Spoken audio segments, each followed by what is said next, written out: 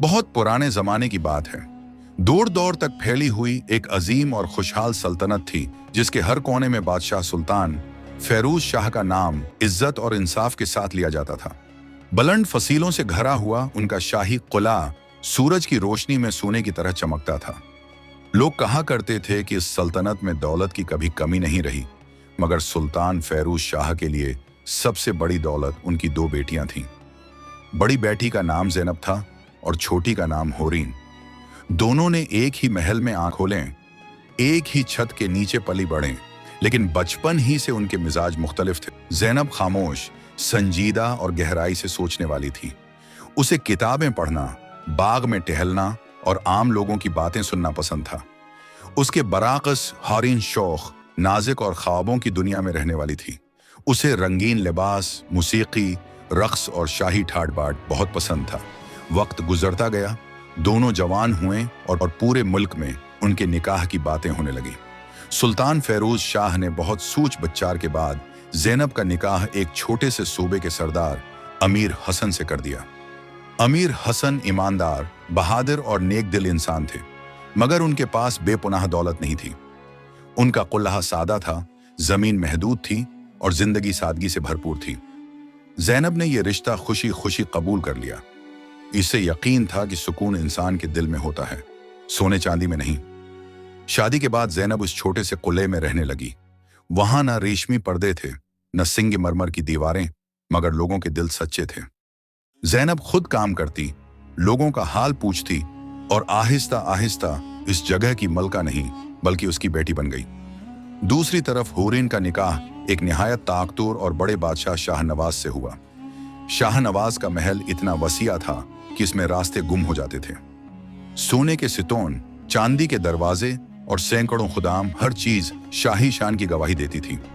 होरीन के पास हर तरह का आराम था, लेकिन उस महल में एक अजीब सी खामोशी बसी हुई थी। शाहनवाज ज्यादातर जिशों में उलझा रहता।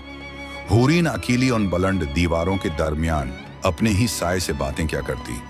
कई बरसों बाद जब दोनों बहनें कभी मिलती थीं, तो बज़ाहिर सब कुछ ठीक दिखाई देता। ज़ैनब होरीन की शान और शौकत देखकर सोचती कि काश उसके पास भी इतनी ताकत और वसाइल होते तो वो अपने लोगों की जिंदगी और बेहतर बना सकती। होरीन ज़ैनब के चेहरे पर सुकून देखकर सोचती कि इतनी सादगी में भी ये चीन कैसे पा लेती है, मगर दोनों ने अपने दिल की बात कभी जबान पर न लाई। एक दिन सुल्तान फेरूज शाह अचानक बीमार पड़ गए। उम्र अब इनका साथ नहीं दे रही थी। हुकीम आए, दवाएं दी गईं, मगर सब जानते थे कि वक्त करीब है। ज़ैनब दौड़ से दौड़ती हुई आई। वो बाप के सुरहाने बैठी, उनके लिए दुआएं पढ़ती और रात रात भर जागती रही। होरीन भी आई, मगर उसका दिल खौफ और उलझन से भरा हुआ था। सुल्तान सब कुछ देख रहे थे। उनकी आंखों में दर्द के साथ दानाई भी थी। चंद ही दिनों बाद सुल्तान फेरूज शाह इस दुनिया से रुखसत हो गए। पूरी सल्तनत में मातम छा गया। जब वसीयत खोली गई तो इसमें लिखा था कि उनकी तमाम दौलत और जायदाद दोनों बेटियों में बराबर तकसीम की जाएगी, मगर एक शर्त के साथ। दोनों बेटियों को पूरा 1 साल पुराने शाही महल में इकट्ठे रहना होगा। अगर किसी ने इस शर्त की खिलाफ वर्जी की तो वो विरासत से महरूम हो जाएगी। होरीन के लिए ये शर्त किसी सजा से कम न थी। ज़ैनब खामोश रही। मजबूरी में दोनों बहनें इस पुराने महल में रहने लगें, जहां कभी उनकी हंसी गूंजा करती थी। इब्तदा आसान न थी। होरीन को सादा खाना पसंद नहीं था और ज़ैनब को फजूल खर्ची से नफरत थी। छोटी छोटी बातों पर झगड़े होने लगे। कभी होरीन ताना देती, कभी ज़ैनब जवाब दे देती। महल में एक बार फिर खामोशी छा गई, मगर इस बार वो खामोशी बोझल थी। एक रात शदीद तूफान आया, बजली चली गई। अंधेरे में दोनों बहनें महल की छत पर बैठी। हवा ठंडी थी और आसमान पर बादल छाए हुए थे।